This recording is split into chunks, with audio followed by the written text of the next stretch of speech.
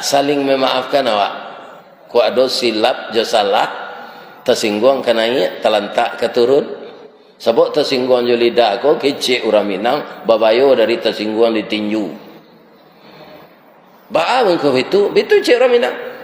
Kok luko tangan dipisau tampak darah. 2-3 taweh penawa sanang nenindak tampak bakeh, jo pucuk ubi kayu zinyo sehat. Tapi luko di lidah sari ubeknya mendanyui kau ubun-ubun menggaga kerangkai hati. Di luar mungkin tak mengasan, di dalam menaruh dandam. Samo jo kain dimakan ngangek. Disangko bule buah nipah kironyo ampek bapak sagi.